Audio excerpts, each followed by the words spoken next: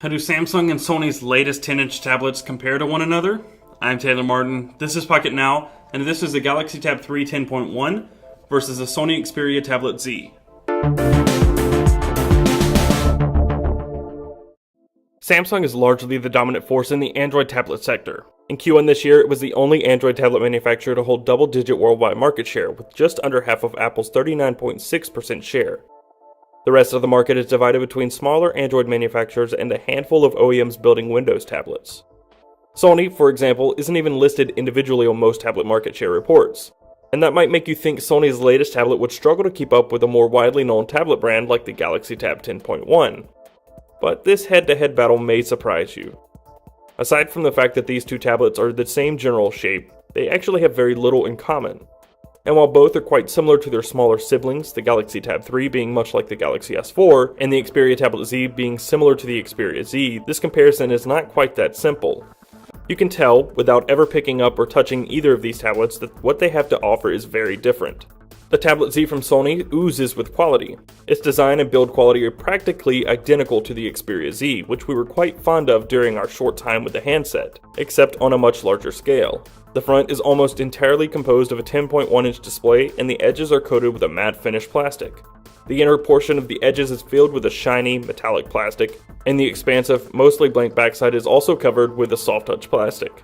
Ultimately, aside from how minimal the tablet is, what you will first notice about the Xperia Tablet Z is how remarkably thin the tablet is. It's an impressive 6.9mm thick. If you're fond of Samsung's design and use of hyper-light plastics, you will likely have no issues with the Galaxy Tab 3 10.1.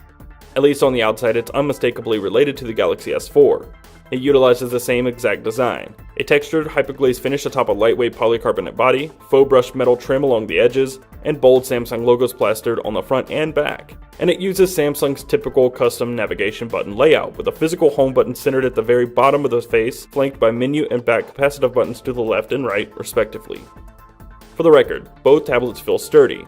Neither twist or squeak with a firm grip, but the Tablet Z certainly has a major advantage on its size.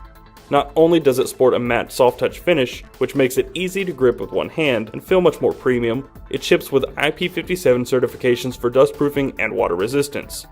By no means is the Xperia Tablet Z a ruggedized tablet, but that's not the point. If you want to take the tablet to the beach or lake, or if you want to use it in the kitchen, you can without the fear of ruining it. That's certainly more than can be said for the Galaxy Tab 3 10.1. The unfortunate side effect of dustproofing and water resistance rating is that each of the ports on the Tablet Z are covered, but hats off to Sony for squeezing the package down into a surprisingly thin device and doing so in a manner where the ports are still easily accessible without being a huge burden. Apart, you might take the Tab 3 10.1 and Xperia Tablet Z as similarly sized devices. However, there's a rather significant difference in the footprint of these two tablets. At 266mm wide, the Tablet Z is 22.9mm wider than the Tab 3 10.1, but the Tab 3 is 4.1mm taller and 1.1mm thicker. However, both hit the scales at roughly the same mark, 495 grams and 510 grams for the Tablet Z and the Tab 3 10.1 respectively.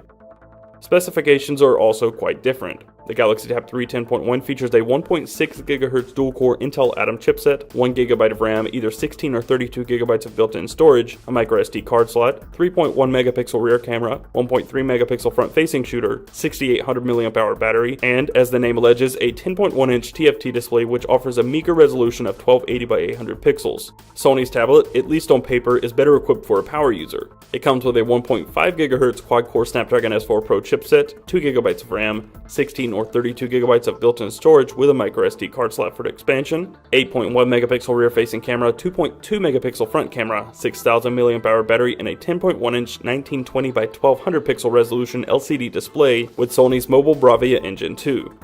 While we're on the topic of displays, it goes without saying the Xperia Tablet Z has the superior panel. Yes, the Galaxy Tab 3 10.1's TFT display has an advantage in contrast. Blacks on the Tablet Z appear washed out and gray, but the Tab 3's contrast, unlike other Samsung devices fitted with AMOLED displays, isn't much better. What the Tablet Z lacks in contrast, however, it more than makes up for it in color reproduction, saturation, and clarity. The mobile Bravia Engine 2 gives colors a much needed boost. Seriously, don't turn it off. and the 1920 by 1200 pixel resolution stomps all over the 1280 by 800 pixels on the Tab 3 10.1. It's honestly a shame on Samsung's part, considering the Nexus 10 has one of the highest resolution displays on a tablet ever, 2560 by 1600 pixels. Hands down, the Galaxy Tab 3 10.1 is no match for the Xperia Tablet Z in hardware, which includes specifications, design, form, build quality, and display. If we switch to the software side of things, it's a much more evenly matched fight. Don't get us wrong though, Samsung dropped the ball once again. If you power on the two tablets at the same time, you might initially find yourself gravitating towards the Galaxy Tab 3 10.1. It runs TouchWiz like any other Galaxy tablet, and is equipped with the latest version of Android, version 4.2.2. The interface on the Xperia Tablet Z, however, might leave you scratching your head. Initially, it looks like it's running Ice Cream Sandwich. It features the leftward navigation buttons and the notification panel in the lower right corner. Swiping down from the top of the display does, well, nothing. But tapping on the top right corner will open the app drawer. Navigate to the About page in the settings, however, and you might feel a little more confused. That's right, it's running Android 4.1.2, not Ice Cream Sandwich. And honestly, we couldn't be more happy about this strange fusion of Ice Cream Sandwich tablet interface atop Jelly Bean. It puts the controls within reach of your thumbs when you're holding the tablet two-handed. And it just makes more sense than implementing a phone UI on a 10-inch tablet. And that brings us back to TouchWiz on the Galaxy Tab 3 10.1. Basically, it's a gutted version of TouchWiz, which overrides some of the Android 4.2.2 features, and it's missing the most important and useful features of TouchWiz, like multi-window. Features that would be perfectly useful on a tablet such as pop-up browser are nowhere to be found. Only the TouchWiz features we don't really care about, Smart Stay and Smart Rotation, are available. It's almost as if Samsung dug up this TouchWiz UI from a few years ago and slapped it on slightly newer hardware with an Intel chip. The notification shade, for example, resembles applications that are not yet optimized for tablet use. It's full screen, and it utilizes the 10-inch screen rather poorly. It's just rough around the edges. For instance, within the notification shade is a button in the top right corner, which is supposed to reveal a page of settings toggles. However, there are no additional toggles, only the ones that appear above the notifications in the standard configuration. Pressing the button only makes the brightness slider and notifications disappear. That said, Sony's software isn't perfect. It's heavily laden, which is to blame for some stuttering throughout use. More on that in a bit. The interesting bit is that the Galaxy Tab 3 software, unlike most other Galaxy devices, does not offer oodles of software features. In this case, the Xperia Tablet Z takes the cake. Where the Galaxy Tab 3 is missing the multi-window feature, the Tablet Z offers what Sony calls small apps, which are free-floating applications accessible by a button in the action bar. Almost every part of the software experience on the Galaxy Tab 3 10.1 feels haphazard. Naturally, the Tablet Z pulls even further ahead. As if you hadn't already guessed, this theme continues into performance. To be fair, neither tablet performs flawlessly, both tend to stutter and lag from time to time. On both accounts, we can blame that on heavily customized interfaces.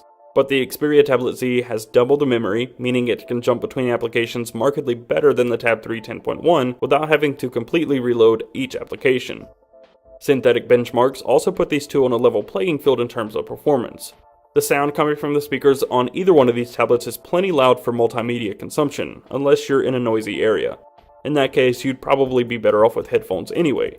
The Galaxy Tab 3 10.1 speakers, however, are fairly easy to completely cover with the palms of your hands. The Xperia Tablet Z speakers are also quite easy to cover, but not entirely, since there is one speaker on the bottom of each the left and right edges and two on the bottom edge. On paper, the Galaxy Tab 3 10.1 has a larger battery, but only by 800 mAh. In day-to-day usage, the two tablets appear to drain at approximately the same pace. Both also have software features that attempt to prolong battery life.